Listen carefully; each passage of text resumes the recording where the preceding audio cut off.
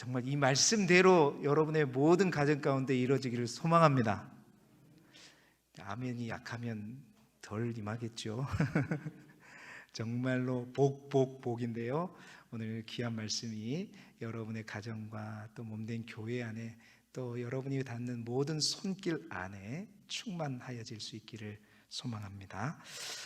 오늘 새벽에 또 예배를 드리셨다거나 또 유튜브로 또 설교를 들으신 분들 가운데 제가 잘못 전한 말씀이 있어요. 그래서 그것은 또 오해가 없도록 정정을 좀 해야 될 것 같습니다. 제가 새벽에 설교하면서 신명기 24장 1절부터 4절까지에 있는 이혼에 관련된 이제 율법을 설명하면서 제가 이제 성경책에 이렇게 기록된 것만 보고 그 본문 내용을 살짝 제대로 안 보고 제가 잘못 설명한 부분이 있어요.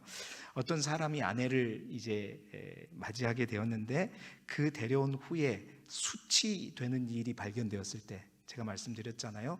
이제 뭐 음행을 했다거나 그러면 당장 쳐 죽여야 됩니다. 그러니까 수치스럽단 말은 쳐 죽일 일이 아닌, 그러나 뭔가 기뻐하지 않을 그런 어떤 누가 봐도 이건 아닌 것 같은 그런 일들이 발견되었을 때 남자는 그 여자를 어떻게 할 수 있냐면 이혼 증서를 써주고 집에서 나가라 이렇게 말할 수 있다는 거죠. 그러면 이제 이 여인은 그 이혼 증서를 들고 나간 여자들은 공식적으로 다른 남자를 만나서 이제 또 시집을 갈 수 있어요. 그래서 이제 갔어요. 두 번째 남자와 결혼했는데 두 번째 남자 또한 이혼 증서를 딱 써주면서 나가라 이렇게 된 경우, 또는 이 두 번째 남자가 먼저 죽어버린 거예요. 그래서 어찌됐든 혼자 된 그런 경우에 있어서 제가 이제 잘못 설명하기를 이 여성이 첫 번째 남성에게도 간다 이렇게 말했는데 이게 잘못된 거고요. 제가 왜 그랬는지 이해가 안 가요. 그래서 제가 확인했습니다. 아, 우리 성도들이 잘 듣고 있구나. 그냥 다 제대로 안 듣는 줄 알았는데 잘 듣고 있구나. 그래서 감동 먹었습니다. 그런 게 아니고 이제 이것이 이혼이 되지 않게끔 하고자 하는 율법에 이제 그 하나님의 사랑이 있어요. 그건 어떻게 해석되는 거냐면 남자의 입장에서 볼 때 사실 그 당시에 이혼의 칼자루는 누가 쥐고 있었어요? 남자거든요. 그러니까 남자가 그냥 기분 나쁘다 그래갖고 이혼증서 써주고 나가라 이렇게 할 수가 있단 말이에요. 근데 첫 번째 그 여자를 보내고 난 다음에 후처를 맞이했는데 그 후처하고 살아보니 이게 더 안 좋은 거예요. 조강지처가 더 생각나는 거예요. 그런데 마침 그 조강지처가 홀로 됐어요. 그 두 번째 남자가 죽었다거나 또 쫓겨났단 말이에요. 그러면 그 쫓겨난 그 여자를 다시 아내로 맞아들일 수 있다 없다? 없는 거예요. 없는 거. 그러니까 이제 그런 남자가 첫 번째 그 아내를 내보낼 때 신중해라는 거예요. 그러니까 신중해서 죽일 죄가 아니고 뭔가 그 수치스러운 일이다 하면, 죽일 죄가 아니라면 더 이해하고 권면하면서 가능한 한 후회하지 않도록 같이 살게끔 하면서 그 여성을 보호하는 이제 이러한 법이죠. 이렇게 설명이 되어야 되는데 여러분 감사합니다. 내일 새벽에 또 이제 유튜브에 또 이 사람들이 다 봐야 될 텐데, 그래서 이제 거짓 복음을 전하는 자가 되지 않도록 너무 감사합니다. 자, 그러면 오늘 이제 신명기로 다시 돌아오겠습니다. 신명기로 돌아오겠는데 지난주에 이제 이 신명기 결혼에 대해서 제대로 이제 듣지 못한 분이 있기 때문에 간략하게 이제 복습을 한번 해보죠. 지난번에 거에서 너무 잘 들었는데 생각나는 건 짜장면밖에 없어요. 이럴 수 있어요. 분명히 목사님 재밌는 얘기를 신명기를 해줬는데 목사님이 짜장면을 좋아하구나, 이제 이것밖에 이제 기억이 안 나시는 분들이 있는 것 같아서, 자, 신명기란 무엇인가 한번 화면을 보여주시겠어요? 신명기란 뭐였죠? 신명기라고 하는 것은 출애굽기와 레위기와 민수기를 바탕으로 다시 떠오르는 율법이다. 이제 쉽게 설명하면 그거예요. 그러니까 출애굽기에 있는 저 산, 민수기에 있는 저 산, 또 레위기에 있는 저 산이 다 율법들이에요. 거기에 있는 율법들을 다시 비추며 떠오르는 새롭고 반복되는 율법을 기록한 책이 바로 신명기다. 딱 그림으로 설명하면 저건데, 제가 그렇게 말씀드렸잖아요. 신명기라고 하는 한글 성경의 제목의 뜻은 신자가 되풀이할 신이라고 그랬죠. 명자가 명령할 명장이라고, 기자가 기록할 기자. 그러니까 명령을 되풀이해서 기록해 놓은 책이 바로 신명기다라는 거예요. 한글 성경의 뜻이 그렇게 된다. 그런데 이 한글 성경의 제목은 어디에서 왔느냐면 이제 70인역으로 번역된 헬라어 성경에서 왔다고 말씀드렸잖아요. 그 헬라어 성경의 책 제목이 듀테로노미온이라고 하는 율법의 등사본. 등사본이 뭐라 그랬어요? 이제 복사본이라고 그랬죠. 등사본이라고 하는 것은 원본이 있다는 것입니다. 그 원본이 뭐냐면 저 앞에 존재하는 출애굽기와 레위기와 민수기에 있는 율법들이 원본이고, 이제 그 원본을 다시 한번 등사한 신명기가 이제 떠오르는 거예요. 이게 듀테로노미온, 율법의 등사본, 이게 이제 헬라어의 이름이고요. 히브리어 이름은 이제 1장 1절에 보면 하데바림이라고 그래가지고 그 말씀들, 말씀이라고 되어 있는데 그 말씀들이라고 하는 복수 앞에 더라고 하는 그는 바로 시내산 율법을, 그러니까 시내산의 율법들이면서 또한 새로운 율법을 말하는 것이다. 다시 말해서 이 히브리어의 책 제목이나 헬라의 책 제목이나 다 뭐다고요? 신명기라고 하는 책 제목은 바로 말씀이다, 언약이다라는 거예요. 근데 그 말씀이 새로운 말씀이 아니라 되풀이되고 반복되는 말씀이다. 그래서 저 앞에 있는 산을 바탕으로 다시 떠오르는 신명기의 율법을 표현한 것입니다. 그런데 그 되풀이하고 반복되는 데서 한 가지 생각할 것이 있다고 말씀드렸죠. 모세가 그것을 되풀이하고 반복하면서 이제 고려한 것이 세 가지가 있다고 했어요. 세 가지 차이점이 있다고 그랬어요. 이제 첫 번째 앞에서 말했던 원본에 해당하는 출애굽기, 레위기, 민수기의 율법이 이제 시내산 율법이라고 한다면, 이 모압 평지에서 지금 출애굽 2세들에게 이제 발표하는, 선포하는 이 율법을 시내산 율법이라고 한다고 했잖아요. 그러면 이 첫 번째와 두 번째 이 차이가 뭐냐? 세 가지 차이를 고려했다고 그랬잖아요. 첫 번째는 세대의 차이. 시내산 율법은 출애굽 1세대들에게 주었던 것이고, 또 이 신명기 율법은 출애굽 2세대들에게 준 것이라고 말씀드렸고, 두 번째 차이는 장소의 차이.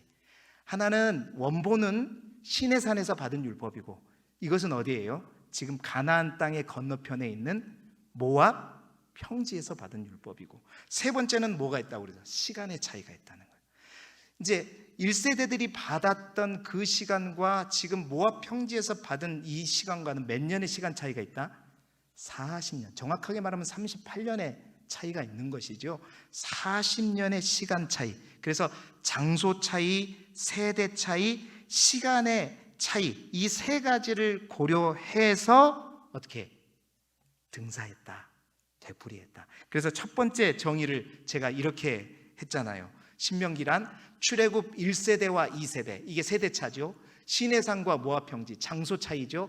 40년 전과 40년 후의 시간차를 고려해서 시내산 율법을 종합하고 요약해가지고, 그래서 출애굽 2세대들에게 모압 평지에서 재선포하는 것이다.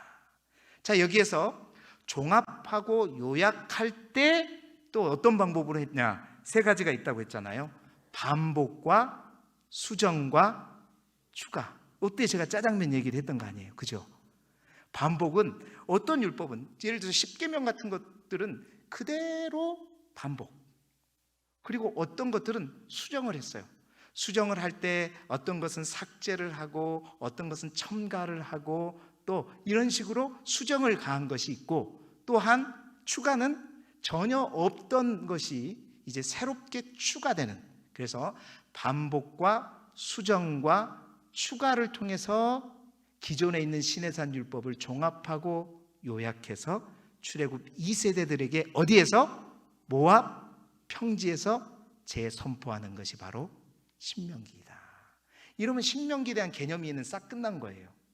자, 다시 한번 하니까 다시 한번 정리가 됐죠.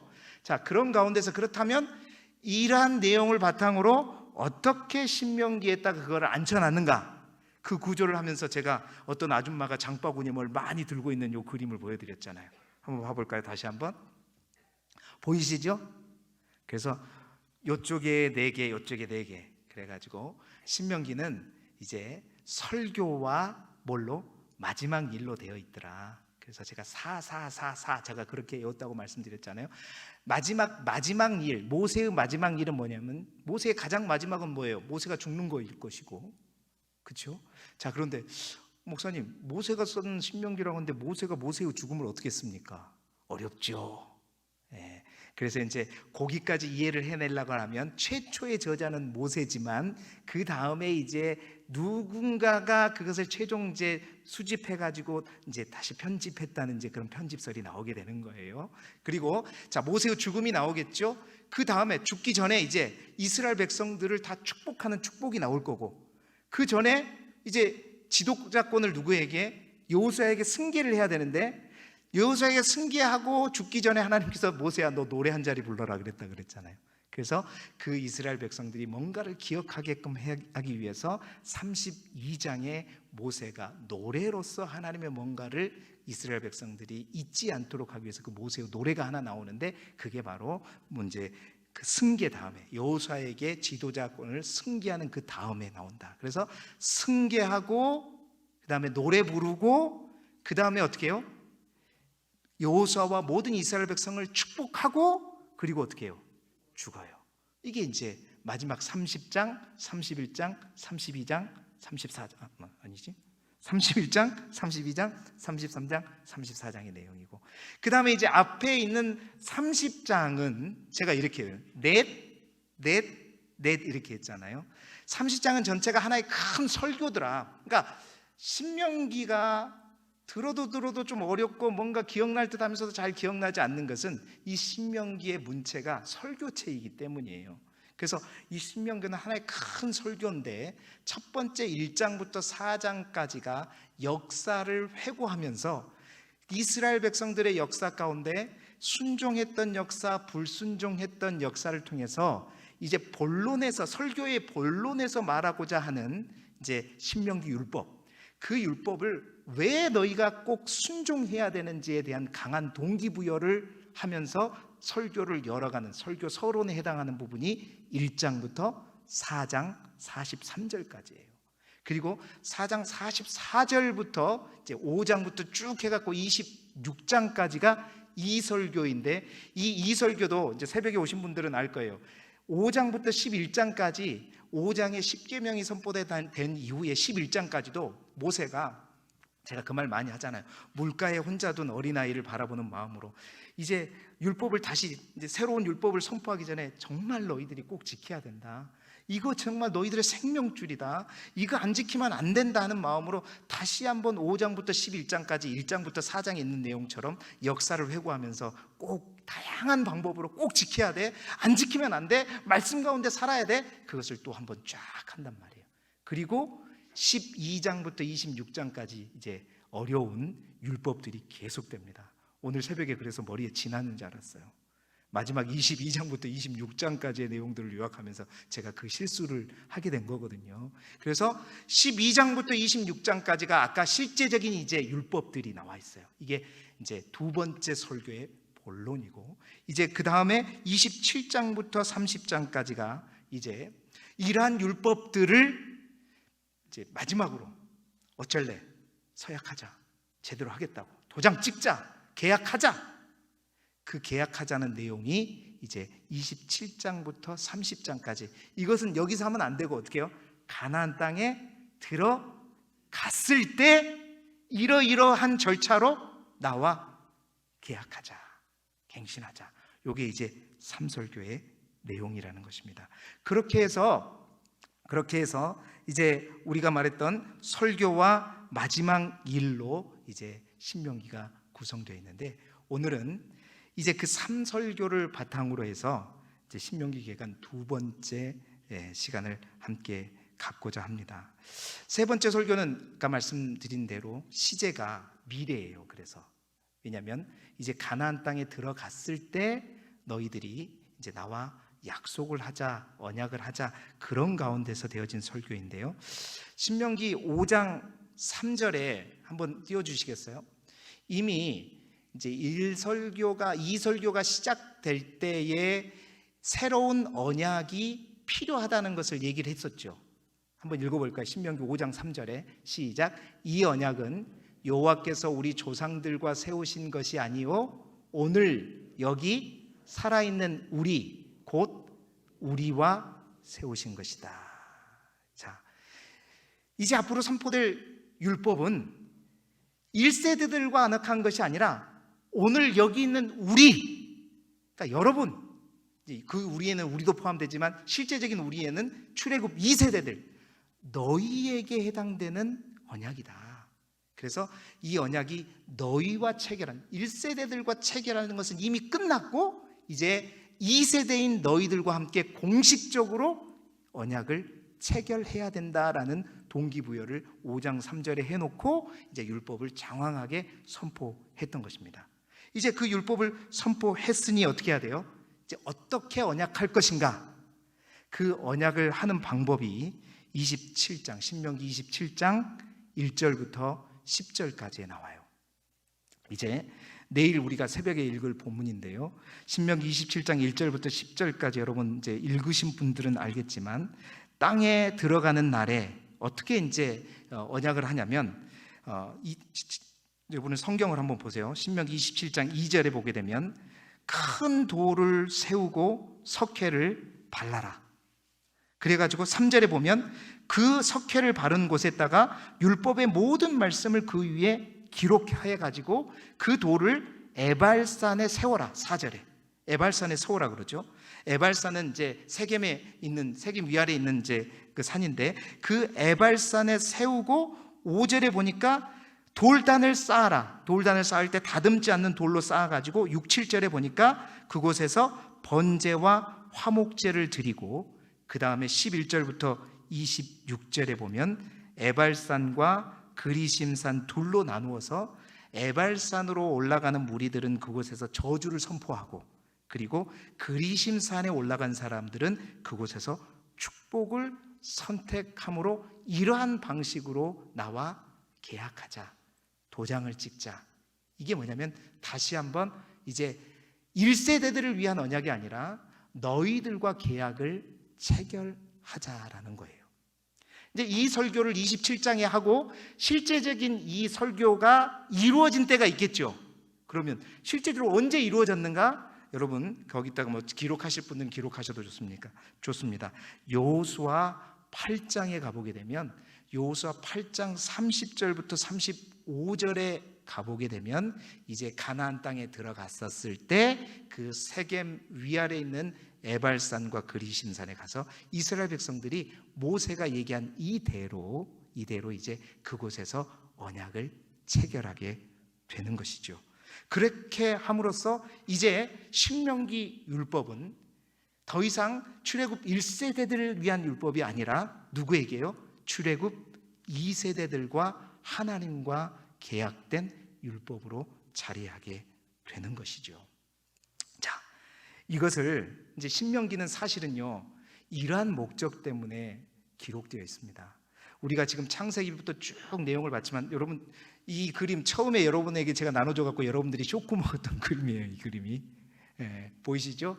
자, 신명기 그러니까 모세오경을 왜 기록했느냐? 사실은 모세오경을 다 끝내고 난 다음에 딱 보게 되면 모세오경에 기록된 목적이 사실은 신명기에 기록된 목적입니다.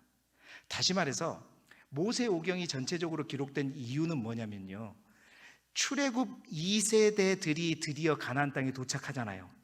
그 가나안 땅에 도착한 이들과 아브라함으로부터 시작된 언약을 완성시켜가지고 그걸 누구에게 넘겨주는 거예요? 2세대들에게 넘겨주기 위해서 신명기가 기록됐죠.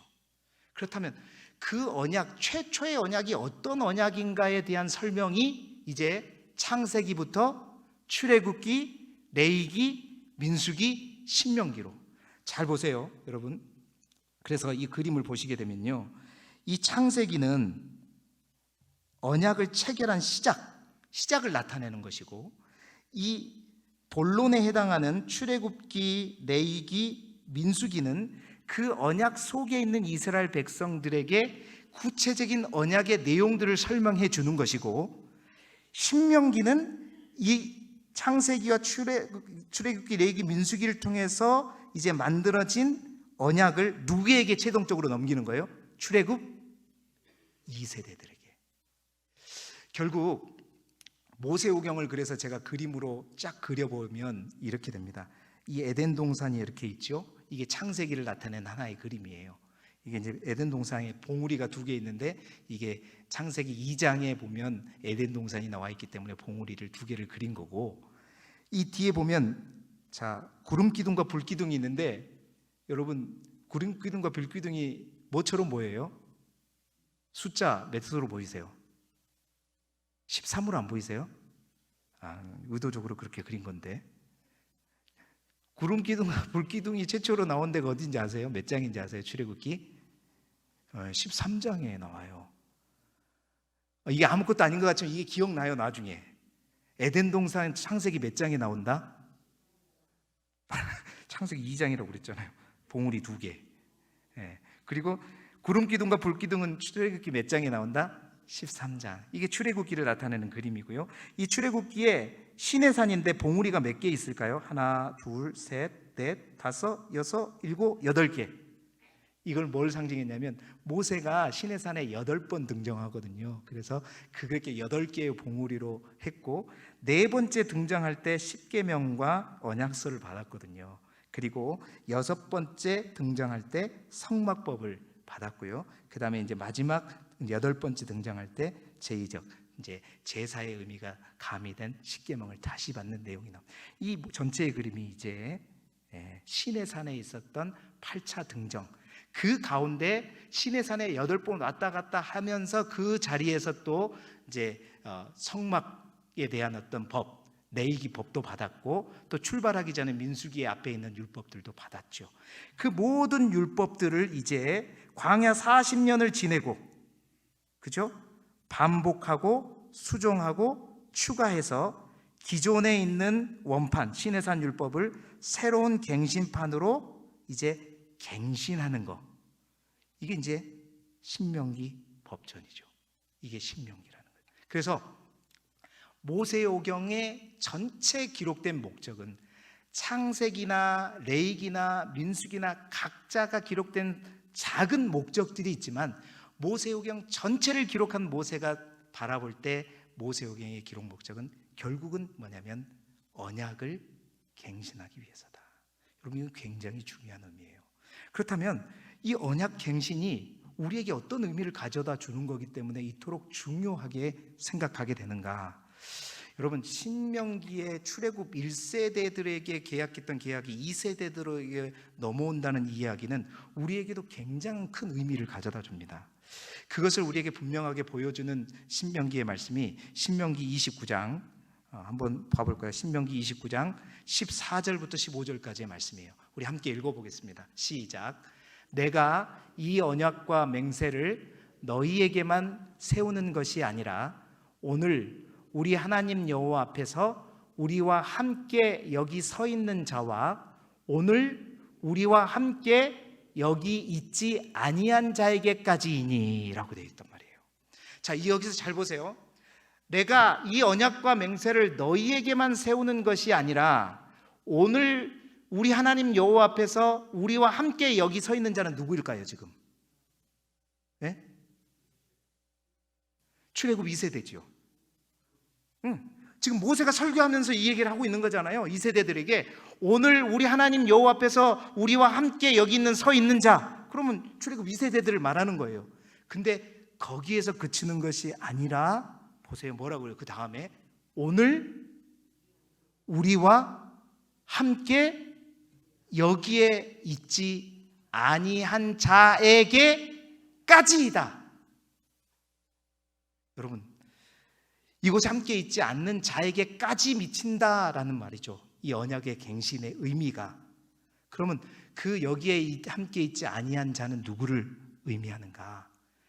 그렇죠. 시공간을 초월해서 이스라엘의 후손뿐만 아니라 이 시대의 영적인 이스라엘인 예수 그리스도를 믿는 그리스도인들까지. 여러분, 그래서요, 학자들에게 있어 우리에게는 신명기가 별거 아닌 책으로 보여지지만요, 이 신명기라고 하는 책은 진짜 신명나는 책이에요. 학자들에게는 복음이에요.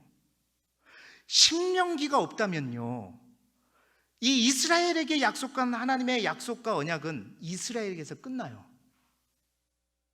1세대들에게 약속했던 것은 1세대에서 끝났단 말이에요. 그런데 이 언약의 갱신이라는 신명기를 통해 가지고 하나님께서 모세를 통해서 이스라엘 백성에게 이런 방법들을 가르쳐 줌으로써 이 언약이 시대를 흐름으로써 갱신되고 반복, 수정, 추가되면서 세대를 걸으면서 갱신되는 이 의미가 이제 이 율법이 끝까지 오는 게 아니라 나중에는 예레미야서에 가면 새 언약이라는 개념이 나오잖아요.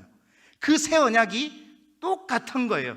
1세대에서 2세대로 반복, 수정, 추가를 통해서 갱신이 되었듯이 예레미야를 통해서 새로운 언약으로 갱신이 되고, 그 새로운 언약이 예수 그리스도에게로 넘어가서 십자가의 언약으로 갱신되면서 그리스도 예수 안에서 이 언약이 어떻게 되는 거예요? 완성되는 거죠. 이게 좀 약간 학적인 얘기라 여러분 좀 어려울 수가 있는데, 그래서 이건 굉장히 중요합니다. 우리가요, 실제적으로 하나님의 말씀을 읽을 때 분명히 이 말씀이 모세를 통해서 하나님께서 이스라엘 백성들에게 하시는 말씀인데, 이 말씀이 우리가 성령 안에서 읽으면서 오늘 나에게 하시는 말씀으로 들려질 수 있는 신학적인 이론을 이 신명기가 갖고 있는 거예요. 그러니까 우리가 구약 창세기를 읽는 거, 이 창세기는 분명히 이스라엘 백성들에게 읽혀지기 위해서 창세기를 기록한 것인데, 이 창세기의 말씀을 읽으면서도 이 말씀이 나에게 주신 하나님의 말씀으로 읽을 수 있는 이유는 바로 오늘 신명기 29장 14절 15절에 있는 언약의 갱신이다라는 이 신학적인 근거와 이 신비함 속에서 이루어지는 것이죠. 그래서 신명기는요, 굉장히 중요한 책입니다. 그래서 그러한 언약이 어떻게 만들어져서 어떻게 갱신돼서 2세대까지 넘어오게 되고 그것이 오늘날 우리에게까지 미치는지에 대해서 신명기에서 다 연결시켜 주는 거죠. 그래서 그 신명기가 있기 때문에 그리스도 예수 안에서 십자가의 언약으로 이제 최종적으로 완성이 되어버리니야. 그 다음에는 이제 더 이상 반복 수정이 있어요, 없어요? 없죠. 그리스도 예수 안에서 율법이 완성돼 버리니까 이제 더 이상 반복도 수정도 추가도 없이 끝나는 것이죠. 완벽한 율법으로. 그렇게 이 신명기가 끝까지 연결되어진다는 겁니다. 그래서 이 신명기는 굉장히 중요한 책이다. 그리고 신명기에 기록된 목적이 바로 모세오경이 기록된 목적이고, 그 모세오경 전체를 틀보태 창세기는 언약의 출발을 나타내주는 이제 언약의 체결 시작이라고 하는 서론 부분에 해당하고, 본론 부분의 출애굽기, 레위기, 민수기가 이제 언약의 내용인 본론을 얘기하고, 이제 신명기를 통해서 그것을 이제 넘기게 되는.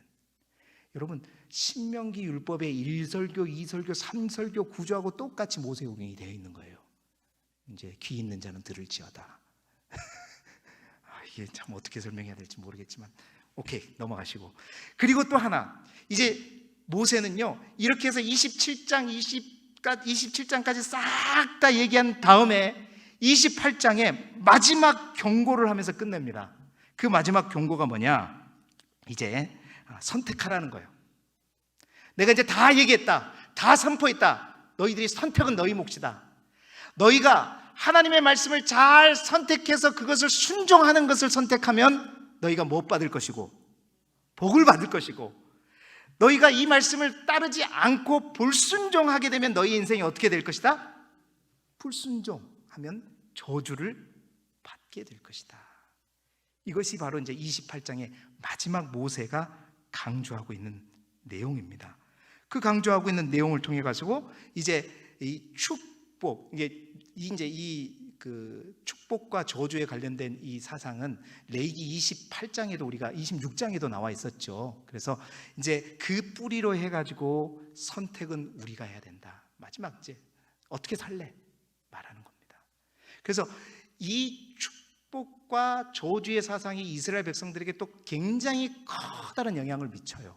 그게 뭐냐, 지난번에도 제가 레위기 할 때 잠깐 얘기했는데 기억하실는지는 모르겠지만, 이게 순종하면 복을 받고 불순종하면 저주를 받는다는 이 신명기의 사상이 이스라엘 백성들에게 어느 순간까지 이게 그들의 어떤 그 신앙의 뿌리, 줄기, 아니면 그 신앙의 토대가 됩니다. 그래가지고 항상 이스라엘의 역사를 쫙 판단할 때도, 기록할 때도 이 사람이 순종해서 복을 받는 인생이었는가, 이 나라가 순종해서 복을 받는 나라였는가, 아니면 불순종해서 저주받는 인생이었는가, 불순종해서 저주받는 나라인가, 이러한 개념으로 어떻게 보면 이분법적으로 이제 역사를 쫙 기술해 가는 거죠. 그러면서 이걸 이제 신명기의 사관을, 신명기였던 관점으로 바라보는 이스라엘의 역사관이라고 그래가지고 신명기 사관이라고 하는데, 이 사관이 이스라엘의 역사를 기록하는 하나의 큰 사관이 돼요. 그래서 이러한 개념으로 이스라엘 역사가 쓰여지게 되는데, 그게 바로 이제 여호수아부터 열왕기 상하까지 쓰여지게 되는 겁니다. 자, 한번 그림을 한번 보여주실까요? 자, 오늘은 맛배기로 보여드릴게요. 나중에 이제 역사서에 제가 본격적으로 들어가가지고 오늘 이 사실을 처음 하신 분들도 분명히 있을 거예요. 보세요. 위에 있는 황토색으로 있는 게 있죠. 창세기, 출애굽기, 민수기, 신명기, 여기는 이제 이게 시간의 막대대로 한 겁니다. 그래서 출애굽기와 레위기는 같은 시간대에 있으니까 밑으로 해놨고요. 그 다음에 민수기와 신명기도 같은 시간대에 있으니까 아래로 해놨어요. 시간의 순서대로 해놓은 겁니다. 이게 쭉 이렇게 해놨는데, 이 신명기에서 화복사관, 축복과 저주에 하는 사관이 만들어지기 시작하면서 이제 이스라엘의 역사가 쓰여지기 시작하는데, 여호수아, 사사기, 룻기, 사무엘 상하, 열왕기 상하는 바로 이 신명기 사관으로 쓰여졌어요. 보세요. 여호수아는 어떤 개념이냐면 축복인가 저주인가? 여호수아는 어떤 책일까요? 축복의 책일까요? 저주의 책일까요? 몰라요? 하나님 말씀대로 순종해서 가나안 땅에 열심히 싸웠더니 가나안 땅을 다 정복하고 가나안 족속들을 쫓아냈더라. 말씀대로 순종해서 복받은 내용이 여호수아입니다. 이에 반해서 그렇게 해서 잘 나가다가 여호수아가 죽고 나서 이제 어떻게 해요? 사사기에 갔더니 하나님의 가르침을 이제 어느새 잊어버리고 하나님의 말씀에 순종하지 않고 우상을 바라보기 시작하면서 말씀을 떠난 삶을 살게 됐더니 그들이 불순종해서 저주받은 시대의 이야기가 뭐예요? 사사기예요. 그때마다 간헐적으로 사사들이 나타나가지고 하나님 말씀에 순종하면서 역사를 일으키죠. 그러나 그 사사가 또 죽으면 또 다시 돌아가고, 그러면서 계속해서 불순종의 역사들을 기록한 것이 사사기입니다. 자, 그러면 사무엘 상하는 뭘까요? 사무엘 상하는 순종과 불순종의 모델로 두 사람이 언급이 돼요. 하나는 누구죠? 사울은 불순종함으로 저주받은 인생의 표본이고, 또 한 사람 누구요? 다윗은 순종함으로 복받은 인생의 모습이 다윗입니다. 사무엘 상하는 다윗과 사울이라는 두 비교를 통해서 순종과 저주를 이야기하면서 써내려가는 책이에요. 자, 그 다음에 열왕기 상하는, 자, 남북이 솔로몬 왕 이후에 르호보암과 여로보암으로 나뉘잖아요. 나뉘면서 그 왕들의 기록을 할 때 중심이 되는 게 뭐냐면 이들이 하나님의 말씀에 순종했느냐 아니면 순종하지 않았느냐. 그 표본이 북이스라엘은 기준이 뭐냐면 여로보암의 죄를 따랐느냐 안 따랐느냐. 여로보암의 죄를 따른 사람은 다 불순종해서 저주받은 왕들이에요. 그리고 유대, 남유다는요 다윗의 뜻을 따라갔느냐 안 따라갔느냐. 그거에 대해서 불순종과 저주의 관점, 순종과 불순종의 관점으로 역사를 기록한 게 뭐예요? 열왕기 상하까지. 여러분, 여기 열왕기 상하까지 시드기야가 죽을 때까지가 바로 뭐냐면 신명기 사관에서 축복과 저주의 관점에서 이스라엘 역사가 쓰여졌어요. 자, 그런데 여러분 성경을 읽어보시면서 역대기 그 다음에 상하가 나오죠. 역대기 상을 읽어보면 1장부터 11장까지 뭐가 나온지 아시는 분?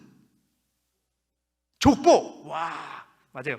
족보가 쫙 나옵니다. 그리고 12장부터 이제 어떤 얘기가 시작되는지 아세요? 누구의 이야기가 시작될까요? 다윗의 얘기가 시작됩니다. 다시 말해서 여러분, 이 그림에 있는 것처럼 여러분 역대상은요 역대상은 사무엘 하하고 같은 시대의 이야기를 적고 있어요. 그리고 역대하는요, 열왕기 상하의 내용을 같은 시대의 얘기를 적고 있단 말이에요. 다시 말해서 이스라엘의 똑같은 시대의 역사가 두 번 기록되죠. 위에 거는 뭐예요? 신명기사관. 그럼 밑에 거 이 파란색은 뭔가 다른 관점에서 이스라엘 역사를 바라봐요. 근데 여기 앞에 있는 요구에 뭐냐면, 다윗 이전의 모든 창세기부터 그 이전, 다윗 이전까지 모든 역사는 뭘로 대체를 해버리냐면, 아까 뭐라 그랬죠? 1장부터 11장 뭐가 있다고 그랬어요? 족보. 족보를 가지고 그냥 일단락으로 다 족보를 가지고 싹 마감을 해버리고, 다윗에서부터 이제 이스라엘의 역사를 다시 기술해 가는데, 이제 화복사관이 아니라 이제 먼저 말하자면 은혜사관이라고 하는 이스라엘의 역사를 바라본 또 하나의 사관이 생겨납니다. 그건 나중에 얘기할 텐데, 그 사관을 가지고 이제 다윗의 이야기부터 역사를 다시 써내려가요. 그러니까 역대기 상하에 보면 똑같은 시대의 사무엘 하하와 열왕기 상하 이야기를 기록하지만 내용은 조금씩 관점이 같을까요, 다를까요? 다르죠. 바라보는 관점이 다르기 때문에 뺄 건 빼고 꼭 필요한 것만을 기록하면서, 그때 가서는 이제 그렇게 보면 돼요. 그렇게 하면서 이 사관을 가지고 에스라, 느헤미야, 포로기 신학이 되고, 그 관점으로 해가지고 어디로 연결되냐면 예수 그리스도계로 연결이 되는 것입니다. 그래서 오늘 여러분 처음 알았을 거예요. 이스라엘의 역사가 두 번 똑같은 게 기록된다는 것을 오늘 이 자리에서 처음 하신 분들도 있을 거예요. 그러나 여러분, 성경은 이러한 관점으로 쓰여졌기 때문에 우리가 그 성경을 읽을 때에 이 사가가 또 하나님의 성령이 감동되어서 어떠한 관점으로 우리에게 이걸 바라보라고 하시는지 분명히 보고 바라볼 때 성경이 더 명확하게 보이는 거예요. 은혜사관은 그거입니다. 그러니까 은혜사관은 그 화복사관하고 달리, 화복은 불순종하면 저주고 순종하면 뭐예요? 축복인데, 불순종하여 저주받은 인생이라 할지라도 은혜는 뭐예요? 우리가 하나님 앞에 자복하고 회개해서 돌아오면 하나님께서 그들에게 뭘 베풀어 주신다? 다시 한번 은혜를 베풀어 주시는 것이다. 화복사관에 의해서 그들은 결국 바벨론 포로로 갔지만, 그 포로에서 어느 한 역사가가 이스라엘 역사를 쫙 집대생해 보니까, 그렇다, 우리는 하나님 앞에 불순종해서 이렇게 저주받은 인생이 돼서 바벨론에 끌려와서 70년 동안 이렇게 고달픔 당했는데, 이스라엘의 역사 가운데도 보니까 그 하나님은 순종할 때 복주고 불순종할 때 저주하시는 그 무서운 하나님일 뿐만 아니라, 그 하나님은 비록 불순종해서 저주받았을지라도 하나님 앞에 돌아올 때 은혜를 베푸신다는 그 말씀이 분명히 있는데, 그래서 그 은혜의 관점으로 다윗 시대 때부터의 이스라엘 역사를 쫙 다시 적어가는 거예요. 밧세바에 간음을 했는데 다윗이 다시 그것을 이겨내고 일어나는 그 역사의 이야기는 여러분 열왕기 상하에 나오지 않습니다. 사무엘하에 이런 데 나오는 게 아니라 뭔가 다시 베풀어져서 죄를 지었지만 다시 회복되는 그들의 역사 속에 있는 많은 이야기들. 그러니까 역대기 상하를 읽으면요, 은혜가 넘쳐요. 우리와 똑같은 우리 자신을 바라보면서도 그 가운데 은혜를 베풀어 주신 하나님을 만날 수 있단 말이에요. 그러나 똑같은 시대의 이야기를 열왕기 상하에서 읽어보면, 와, 나 죽었네, 큰일 났네, 이렇게 되는 거죠. 자, 더 많은 얘기가 있지만 시간상 여기서 약하게 되겠는데요, 그렇습니다. 이 신명기는 그런 의미에서 이제 굉장히 중요한 신학적인 그런 의미를 가진 책일 뿐만 아니라, 이제 열왕기 상하까지 이스라엘 역사를 바라보는 하나의 틀이 되더라.